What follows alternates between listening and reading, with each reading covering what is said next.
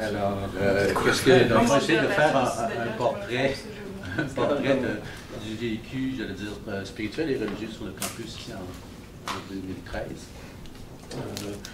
Juste, bon, peut-être pour mon parcours personnel, rapidement, là, moi je suis président de Daniel Fradet, conseiller à la vie spirituelle et communautaire sur le campus de l'Université Laval. J'en suis à ma 8e, je suis rentré dans ma 8e année ici sur le campus. Alors, ça, auparavant, je suis passé par le Japon pendant 6 ans. Oui, et Carl va le prendre après. Je ne vous ai pas parlé de la bouche pleine. Donc, professionnellement, pour situer rapidement la chose, je suis bachelier, moi, de cette université ici en bio, d'abord. Ensuite, une maîtrise en théo de la faculté ici, et aussi un autre bac en design de l'environnement, qui devrait plutôt s'intituler Design des environnements humains. Alors, c'est mon parcours académique. Parcours professionnel, mais 6 années de Japon, des bouddhisme et des traditions populaires, ou des religions traditionnelles d'Asie. Un parcours suivi de 3 ans à l'Assemblée des évêques du Québec, en charge des questions sociales. Suivi de 4 à la direction du Centre d'information sur les nouvelles religions à Montréal. Et au terme de ça, je suis revenu chez moi à Québec, je suis québécois d'origine, ici à l'Université Laval, au secteur de la vie spirituelle, c'est-à-dire le volet vécu du spirituel et du religieux sur le campus, un petit peu de l'Europe. Alors, le spirituel à l'Université d'abord, peut-être, dans le fond, je vais en parler de première partie du lieu où je suis, parce que c'est mon lieu. Et deux, peut-être essayer de faire des liens avec le contexte actuel, avec la question de notre village des valeurs, la question de la laïcité. C'est intéressant, je travaille actuellement en train de rédiger un document sur justement les services spirituels à l'université. Puis c'est intéressant de voir, il y a 40 ans de ça, comment est-ce qu'on avait envisagé les services, ce qu'on appelle à l'époque les services de pastoral à l'université. C'est-à-dire au moment du passage de l'université catholique à l'université, au passage à la charte civile actuelle. Donc, je dirais que l'Université Laval, il y a tout le secteur académique dont les facultés font partie, mais on s'est vite rendu compte, puis on a su dès le départ, je dirais, que pour pouvoir réussir sur le plan académique, il faut prendre soin dans la vie des individus d'un ensemble de leurs besoins. Si bien que l'Université Laval, depuis sa fondation, mais surtout, je dirais depuis 1970, a développé un ensemble de services complémentaires qui permettent aux étudiants d'être en santé sur tous les plans, de pouvoir traiter un ensemble de besoins pour pouvoir réussir l'académique. Je veux dire, on a un service des activités sportives qui s'occupe du corps, on a une clinique médicale qui s'occupe encore du corps, mais du côté plus santé, on a un centre d'aide qui s'occupe de la santé mentale. Pour ceux qui ont besoin de logement, on a des résidences. Pour la question économique, on a un bureau d'aide financière, on a un service de placement. Et dans les besoins, l'université a toujours choisi, fait le choix de s'occuper aussi de la dimension spirituelle. Donc c'est pour ça que nous, on utilise.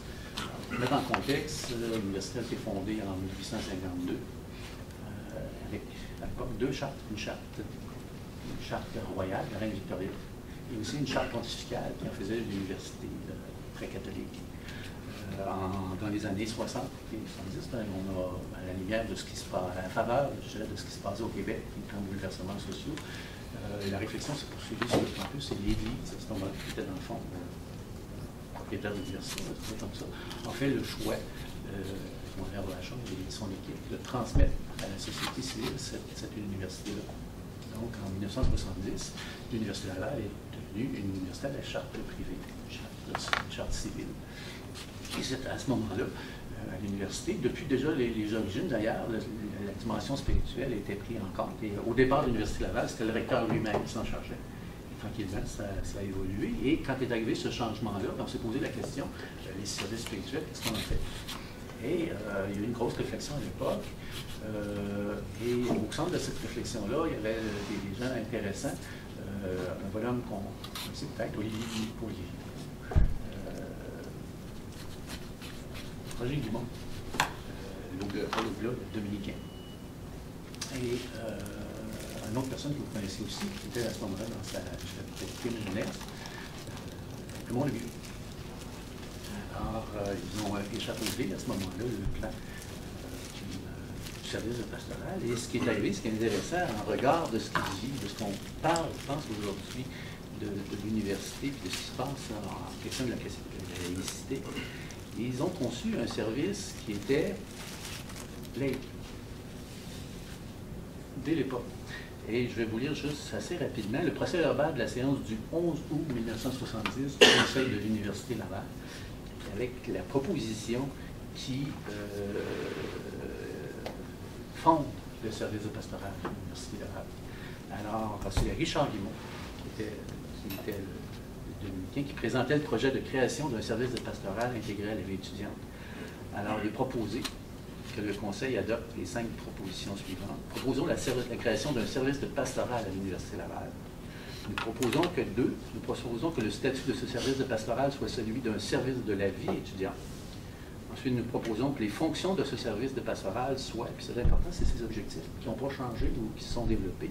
Proposons que les fonctions de ce service soient, 1, de fournir une assistance individuelle à la dimension religieuse et spirituelle de la personne, et 2, de fournir une assistance humaine et technique aux différents groupes religieux. Et là, c'est le fun, ce qui s'en vient dans les 2 autres éléments. 4e point, nous proposons que tous les groupements religieux soient indépendants des structures de l'université. Et 5, nous proposons que tous les groupements religieux à l'Université Laval puissent être reconnus comme tels et jouir des privilèges et assistances accordés aux associations accréditées selon les procédures prescrites par les règlements administratifs de l'université. Ah oui, il reste un point. Pardon? Il reste un point à ça. Je te coupe, je laisse que tu me relises le 2e point. Le 2e? Nous proposons que ce service de pastoral soit celui d'un service de la vie étudiante. Est-ce qu'en ça, on peut voir en ce service-là l'ancêtre du BVE? Ou c'était complètement séparé? Parce que je vois juste le même genre de terminologie, pardon. OK. C'est parce que le BVE compte j'allais dire actuellement, comporte le socioculturel et comporte aussi les services aux étudiants étrangers. Donc, et je dirais, à la faveur de la décroissance du religieux, en termes numériques, le service de pastoral a été intégré dans le bureau de la vie étudiante. Mais à l'origine, c'était vraiment, tu avais vraiment d'autres services, le service des activités sportives, puis le service de pastoral était un service en soi, avec une direction, un directeur. Moi, je me souviens, je pense que tu t'en souviens aussi, quand moi, je suis rentré ici en 1976, puis à l'époque, quand je suis rentré là, il y avait, l'équipe était composée de 7 personnes. Il y avait deux prêtres, il y avait 3 animateurs, puis il y avait une adjointe administrative, puis une secrétaire. C'est une grosse équipe, là. Ces personnes, actuellement, au BDE, on est 12. Puis on s'occupe de spirituel, socio-culturel, étudiants étrangers. Alors, on a vu que ça, puis actuellement, mon spirituel, je suis maintenant tout seul. Je fais affaire comme secrétaire qui est pour tout le monde. Et puis, j'ai une partie de ma tâche qui est en dehors du spirituel. Je m'occupe aussi du communautaire, puis des associations à caractère scientifique sur le campus aussi. Donc, à l'époque, c'est ça. Mais ce qui frappe aussi, ce qui est intéressant, c'est que, puis c'est appuyé par d'autres documents, c'est qu'à l'époque, la vision que c'est un service qui est un service de pastoral, mais pas un service de pastoral catholique. C'est un service de pastoral qui, dans sa structure, est laïque, mais qui donne des services à toutes les confessions. Okay?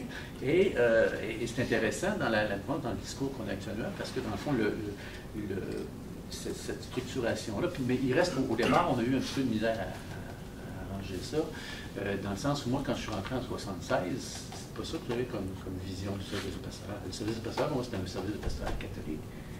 Quand l'équipe est constituée à partir de 2 prêtres, puis que les animateurs viennent du diocèse de Québec, puis un mandat pastoral, je veux dire, le défi qui se pose à l'équipe sur place, en regard du mandat qu'il y a là, est un peu équilibriste, là, dans le sens qu'un, ils doivent servir le groupe catholique qui, normalement, est supposé être indépendant, mais en même temps, ils doivent aussi servir les autres. Mais comment faire dans le quotidien pour constamment séparer ces tâches-là, alors que tout se mêle? Et donc, ce qui fait que, sociologiquement, il y a des choses qui se passaient, mais par le poids des choses, ce serait, je dirais, le fait que la population catholique est encore très majoritaire sur le campus à l'époque. Le service qui était un service qui mentionnait, justement, qui était un service laïque et qui était multiconfessionnel, qui essaie de donner à tout le monde des services, était en fait un service parce que 90% des services qu'ils rendaient, même 95%, c'était des services catholiques. Donc, on a essayé d'évoluer avec ça. Et, tranquillement, on a eu différentes ententes. Mais je dirais que le gros du service actuellement, je dirais, actuellement en 2013, au moment où on se parle, il y a j'ai comme trois champs d'intervention. J'ai le premier qui est celui, je dirais, des groupes religieux, donc le soutien à l'assistance humaine, technique, etc., aux différents groupes religieux. Donc, ceux qui, sur le campus, veulent, les étudiants qui veulent vivre leur foi selon les lignes confessionnelles, peuvent le faire à l'intérieur de la structure associative. Donc, autrement dit, l'université n'a pas les pieds embarqués au niveau de la vie étudiante dans une dynamique confessionnelle. Je vais dire ça comme ça, comment on fonctionne. Sur le campus, si vous êtes des étudiants qui voulez jouer aux échecs, vous vous constituez un club d'échecs, vous vous faites agréer, vous êtes reconnu par l'université, et nous, comme université, on vous aide à réaliser vos activités. Si vous voulez faire de la danse hip-hop, vous faites une club, vous vous agréez, puis on vous supporte là-dedans. Et je reste, c'est le même règle qui s'applique aux religieux. Donc, les associations étudiantes religieuses fonctionnent sur la même base d'associations associatives que l'étudiant. Donc, ce sont des clubs, des groupements d'étudiants qui se regroupent sur une base volontaire et qui se constituent selon le subject matter, le sujet de leurs intérêts. Et nous, on les aide dans la réalisation de leurs activités sans intervenir et sans se mêler du contenu. La seule chose où on se mêle du contenu, c'est qu'on vérifie toujours que les activités se font en respect des lois ici et des bonnes mœurs. Donc, et si par exemple il y a des annonces à caractère homophobe ou autre, on regarde toujours, on vérifie toujours ça d'un œil attentif. Bon, mais on n'intervient pas dans les activités, sur le contenu des activités eux-mêmes. Donc l'université n'est pas impliquée dans le confessionnel des associations, mais les aide comme toute autre association étudiante. Et moi, c'est une partie de mes tâches. Il reste que, étant ce que je suis, j'aime bien avoir un contact plus technique avec chacun de ces groupes-là, et donc de m'embarquer dans des discussions, des versions courtes et des versions longues, avec les étudiants de chacun de ces groupements-là. C'est toujours important aussi pour essayer de créer aussi une dynamique plus communautaire, une dynamique plus administrative au niveau du religieux. Donc, à ce niveau-là, je regardais, il y a eu une époque, par exemple, dans les années 90, où on avait une quinzaine, 16, 17 groupes étudiants de différentes traditions religieuses. Actuellement, on a à peu près une douzaine de groupes. Pour les nommer, il y a une association étudiante catholique qui s'est formée finalement il y a 4-5 ans de cela. On a une association des étudiants musulmans de l'Université Laval, une association qui a une orientation, je dirais, sunnite. On a une association des étudiants franco-protestants, donc du protestantisme de première génération, je dirais. Il y a une association, le Cercle des étudiants bouddhistes, le Cercle bouddhiste de l'Université Laval, qui est une configuration de petits groupes bouddhistes. On a aussi le groupe biblique étudiant en action, groupe d'étudiants d'orientation évangélique, pouvoir de changer, qui autrefois était Campus pour Christ, pour les étudiants. On a l'association des étudiants juifs de l'Université Laval. On a le groupe Art de Vivre, qui est un groupe qu'on trouve aussi dans plusieurs universités au Canada, donc la spiritualité ou les pratiques descendent de l'hindouisme. Alors, je dirais, c'est les groupes actuellement qui sont les groupes reconnus. On a aussi un autre groupe reconnu d'origine musulmane, les Maurites, donc le bouddhisme d'Afrique noire, sénégalais. Donc, ils sont actuellement les groupes qui restent, dans le fond, qui répondent aux conditions d'agrément des associations étudiantes, soit fait contenir à peu près d'avoir un minimum de 25 membres, la majorité étudiante. À côté de ça, ben, en fond, plus que de coller à la réalité administrative, ben, ils vivent beaucoup d'autres choses sur le campus, dans des petits groupes qui n'atteignent pas le 25. Alors, plutôt que de choisir de les accueillir, nous, on continue de les accueillir. Donc, ils n'ont pas de statut, je dirais, officiel sur le campus, mais on leur offre un lieu où ils peuvent réaliser leur activité. Donc, c'est ainsi qu'on a un groupe COPT qui a débuté il y a très longtemps avec plusieurs qui sont maintenant profs à l'université, mais qui accueillent des étudiants qui viennent surtout de la région de Montréal. Donc, les COPT, c'est surtout des étudiants égyptiens. Alors, on a le groupe COPT, on a deux autres groupes plus petits, un autre groupe plus petit musulman, qui sont des soufis d'Afrique, du Maghreb, les Tunisiens, les Marocains, les Algériens. On a aussi un groupe de chrétiens gays. Alors, un groupe qui a sa particularité, c'est d'essayer de trouver, on les accueille parce qu'on est conscient que c'est des gens qui vivent une situation un petit peu particulière, qui ont un pied dans le christianisme, à l'intérieur duquel leur identité ou leur homosexuelle n'est pas très bien acceptée, puis un autre pied dans le monde gay où leur dimension chrétienne, elle, n'est pas trop acceptée. Alors, où réussir à vivre à l'intérieur de ça, bien, on a créé un petit groupe qui s'est créé entre les deux, qui leur permet de vivre ces deux dimensions-là de leur vie. Donc, on les accueille, ils se réunissent chez nous. On a déjà eu la communauté melkite qui se réunissait à l'université aussi. Donc, je dirais que au niveau confessionnel, c'est le premier groupe, la réalité de la vie spirituelle sur le campus se vit surtout à travers des associations qui fonctionnent dans leur créneau, dans leur stylo. Le deuxième champ d'intervention pour moi au niveau de la vie est celui que j'appellerais celui de l'exploration de la quête, qui est pour moi celui qui est un peu passionnant. C'est celui de la recherche, c'est celui du décloisonnement, c'est celui de la rencontre.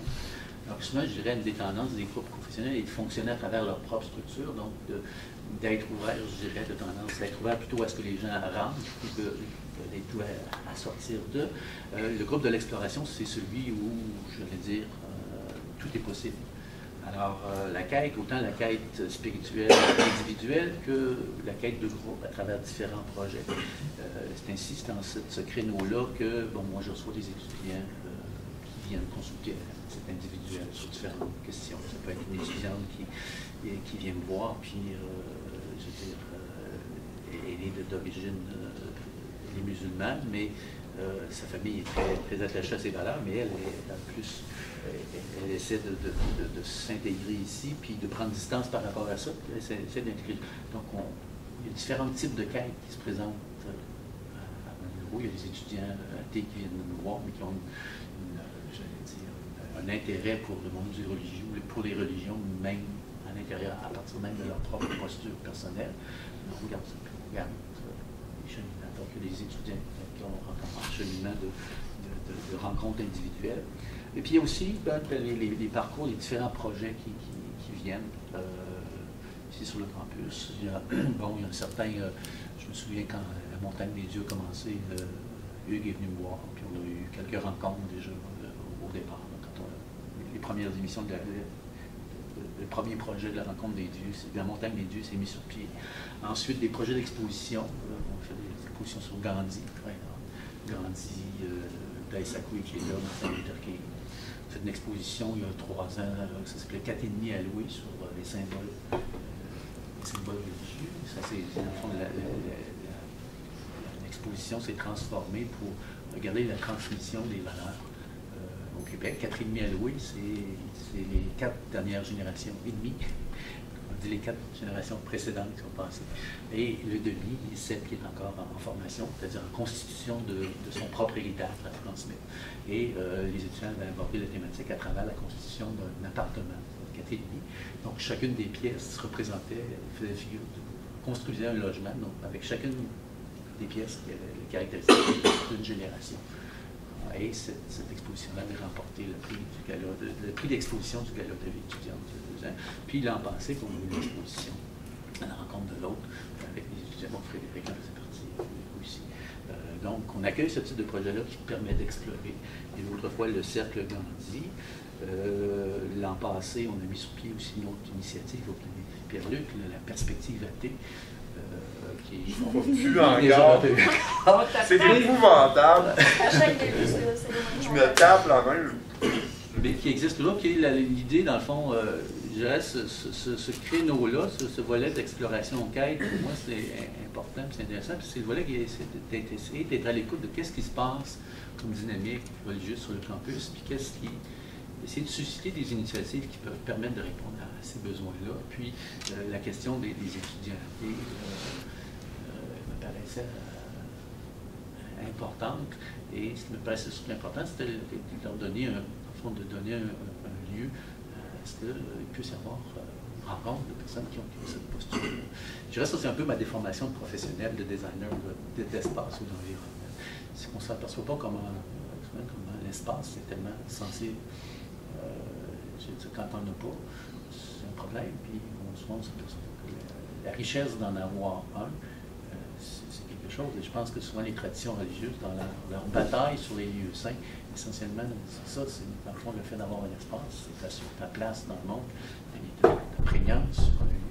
Alors que souvent le fait, par exemple, pour les étudiants, de ne pas avoir de lieu de partage, c'est des monades qui existent et qui souvent n'ont pas de lieu ou moins de lieux, n'ont pas de lieu collectif identifié pour justement alimenter leur propre recherche personnelle. Donc l'idée de perspectivité, c'était d'offrir ce lieu-là. Je dirais que pour remporter pas des succès phénoménaux comme aujourd'hui. Mais, je veux dire, la qualité ou ce qui se vit d'humain à ce niveau-là est particulièrement important. Et puis, il y a différents autres projets. Il y a quelques années, il y a 2 ans, un groupe qui est venu voir pour explorer différentes dimensions du spiritisme, qui s'appelait les explorateurs de l'esprit. Ils essayaient différentes choses.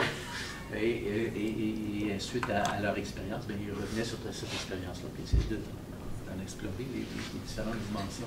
Donc, c'est vraiment un lieu où on essaie d'être à l'écoute, puis de laisser les opportunités aux étudiants d'explorer ce qu'ils vivent à ce moment-là, puis quels sont leurs intérêts au plan à la fois spirituel et religieux. Je mets aussi en place d'autres démarches qui sont dans des démarches plus d'intériorisation. Je parle là, vous avez peut-être vu passer à un moment donné l'activité de la marche cosmique, de labyrinthe de Chartres, et celle sur laquelle je mets beaucoup d'attention les dernières années, puis qui a cru depuis que je suis ici, qui est le cercle de méditation. Donc d'offrir aux étudiants la possibilité, à travers leur parcours académique, dans lequel ils sont sollicités, ils sont pressés par les examens, par les travaux, par les horaires qui changent, par leur vie familiale, par leur vie de travail pour beaucoup. Alors, comment trouver un équilibre là-dedans? Donc, d'offrir des lieux où l'intériorité puisse être abordée tranquillement, donner un lieu aussi de balance ou d'équilibre dans la vie personnelle. Donc, et ça, souvent, ça déclenche des questionnements, ça déclenche des cheminements au plan de la quête spirituelle que j'essaie d'accompagner puis d'en donner des ressources. Donc, ça, c'est le volet exploration quête. Le troisième volet, c'est ce que j'appelle le volet service, dans lequel il y a différentes demandes plus spéciales qui sont. Je rentre dans les de ça. Moi, à l'université, je m'occupe des accommodements raisonnables. Je dirais en bout de ligne, ou presque en bout de ligne. Après moi, c'est l'ombudsman. Souvent, un étudiant qui, en raison de ses conditions religieuses, ne peut pas faire un examen ou doit demander un accommodement, habituellement le fait au début de l'année, à partir du syllabus de cours, va voir le prof. Habituellement, je dirais 90-95% des demandes trouvent leur solution dans ce type de rencontre-là. On trouve l'accommodement, puis ça se fait. Mais des fois, la situation est un petit peu plus coriace. C'est un petit peu plus coriace. Oui, vas-y. Une concertation entre l'élève, le prof et vous? Non, juste l'élève prof. Ensuite, c'est vous l'instance? Non, ensuite, si ça ne trouve pas une solution là, ça peut se trouver au niveau du département, soit avec la personne en charge, soit avec le directeur de programme, soit avec le directeur de département, ou soit avec le conseiller aux études. Et puis on cherche une solution. Comment est-ce qu'on peut, accommoder ça à l'intérieur du programme et des ressources qu'on a? Puis, des fois, ça ne trouve pas de solution là. Fait qu'à ce moment-là, on décroche le téléphone et on crie à l'aide. Alors, ça se fait soit chez l'ombudsman, soit au centre à différents endroits, mais habituellement, ça aboutit chez moi. Puis là, à ce moment-là, on regarde ensemble. C'est soit les profs qui me contactent, soit les étudiants. Et puis là, à ce moment-là, on regarde la question. Puis souvent, on fait entrer en jeu un certain nombre, je dirais, la foi ou la dimension théologique. Je vais juste prendre un exemple pour illustrer l'affaire. Et je dirais la majorité des 90% des accommodements sur le campus sont surtout le fait des étudiants juifs et adventistes. Les accommodements pour les étudiants musulmans, c'est très flexible. J'en ai eu un, je pense, 2 dans les dernières 8 ans, et ça s'est réglé assez facilement. Donc, pour les étudiants adventistes et les étudiants juifs, c'est la question du sabbat. Donc, le vendredi soir au samedi soir, coucher de soleil. Et donc, pour beaucoup de cours, beaucoup de stages pratiques, par exemple en milieu de la santé, hey, on arrive à la fin, OK, ça va. C'est de pouvoir l'impossibilité de faire, pour des motifs religieux, les stages ou l'examen le samedi.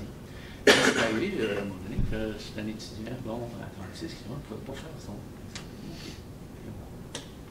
qu'est-ce qu'on peut faire avec ça? On peut jouer sur l'horaire, on peut-tu mettre dans une autre cohorte pour cet examen-là? Puis ça, finalement, on ne trouvait pas de solution. Et c'est un étudiant qui est en sciences infirmières. À un moment donné, je dis, ben, hey, posez une question. Je dis, écoute, au Canada, puis je sais qu'aux États-Unis, les adventistes ont des hôpitaux. Il y a des médecins, ça veut-tu dire qu'aux États-Unis, c'est une boutade, ça veut-tu dire qu'aux États-Unis, le samedi, ils ferment l'hôpital et ils ne soignent plus personne? Mais non, il y a des infirmières qui travaillent. Comment est-ce qu'ils font ça? Je veux dire, l'accommodement, c'est clairement contre le principe, mais ils le font quand même. Pourquoi?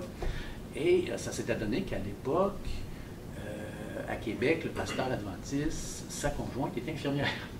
Donc, elle était dans cette situation. C'est le fait qu'on l'a consulté. Il y avait 3 ou 4 solutions de contourner le problème ou de régler le problème. C'est les adventistes, tu dis, ben, tu soignes quelqu'un. Alors, soigner quelqu'un en soi, est-ce que c'est pas un acte d'adoration ou un acte, je veux dire, qui est en lien avec ta foi dans le Dieu dans lequel tu crois? Est-ce que le fait de soigner quelqu'un, est-ce que c'est pas l'équivalent d'un acte cultuel?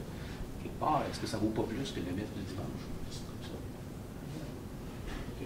Il y a des gens qui travaillent sur cette base-là. Et deux, bon, pour beaucoup d'adventistes, ben, ils le font sur cette base-là, puis pour beaucoup, ils vont travailler cette journée-là et le salaire de cette journée-là, ils la reversent à leur confession religieuse. Cette manière-là, on a plusieurs solutions. Je suis capable de concilier le fait de soigner quelqu'un, d'aller en stage, parce que ça va se poser. Un étudiant adventiste qui gradue en sciences infirmières ici, qui va devoir travailler dans les hôpitaux du Québec, qui va devoir, à un moment donné, être appelé le samedi. Puis là, il va devoir composer avec ça. Comment tu vas composer avec ça? Alors, nous, ici, on compose avec ça. Donc là, on est rentré carrément dans la dynamique théologique de la chose. Est-ce que les profs n'ont pas, dans le fond, quand les profs ne connaissent pas la religion adventiste ou les différentes traditions religieuses, n'ont pas ces intuitions-là de regarder, bon, c'est ce que, bon, de rentrer dans le niveau théologique, puis d'aller travailler sur les raisons qui peuvent permettre de trouver. Ou un autre exemple, par exemple, avec toujours les étudiants juifs ou adventistes, la question de la protection de l'examen. OK, il ne peut pas venir faire son examen le samedi après-midi parce qu'il fait encore clair. Mais l'étudiant adventiste, tu peux y venir, tu peux lui demander de venir à 3 heures avant que l'examen finisse. Il dit, OK, tu l'enfermes dans le local, puis 3 heures jusqu'au coucher du soleil, il fait ce qu'il veut. Mais après le coucher du soleil, tu lui donnes son examen. Puis les autres étudiants sont sortis. Fait que là, tu as protégé l'examen. Ça, c'est un des enjeux, hein, les accommodements. Surtout en question d'examen, il ne faut pas que ni ceux qui sont avant ou ceux après puissent avoir quelqu'un qui lui passe l'examen. Nous, avec ce traitement-là, ben, bon, le juif ne peut pas se déplacer, il ne peut pas travailler, mais si adventiste n'a pas cette contrainte-là. Il fait venir avant que l'examen des autres finissent, trouver un local. Bon, il est installé là. Et puis, ce sont de ces petites choses-là. Donc, quand on consulte, on me demande, essaye de voir, peut-tu voir ensemble quelles sont. Nous, on a épuisé ce qu'on pouvait regarder de possible. Avec toi, ce qu'on peut regarder, d'essayer de défricher les zones à partir justement d'un point de vue qu'on n'est pas équipé pour prendre en compte, puis voir ce qu'on peut faire avec ça. Et donc, on trouve ça. Donc, ça, c'est un des éléments dans les services. Je vais te revenir avec ça, Jean-Gilles, puis juste pour terminer avec ça, puis on va prendre les questions qui a passé la dernière. Je me suis rappelé à l'heure, puis de toute façon, je suis rendu à la fin. Dans les demandes, ben, il y a toutes sortes aussi des demandes médias. Donc, il y a 2 semaines, il y a eu justement, suite à la rencontre, le premier midi de rencontre, une petite entrevue avec Claude Labbé à Second Regard il y a 2 semaines, justement sur la question des communautés de foi comme lieu d'intégration. Donc, il y a différentes demandes médias pour différentes choses, des demandes aussi d'étudiants ou pour des travaux de recherche. On va regarder la collaboration qu'on fait avec les étudiants sur justement le vécu spirituel sur le campus. C'est aussi des collaborations, par exemple, avec le comité de prévention du suicide, la question de la préoccupation spirituelle, le dossier, je pense que vous connaissez tous, mon écrit Ruel. Donc, toutes sortes de demandes qui sont en dehors, justement, des groupes religieux, en dehors de l'exploration ou de la quête spirituelle des étudiants, et qui viennent de différents horizons, tant sur le campus que de l'extérieur. Juste des fois indiquer où sont les mosquées à Québec ou la synagogue. Donc, qui sont plus de l'ordre du service à des demandes spéciales. Ça, c'est le 3e secteur. Je dirais que le plus passionnant reste celui de l'exploration.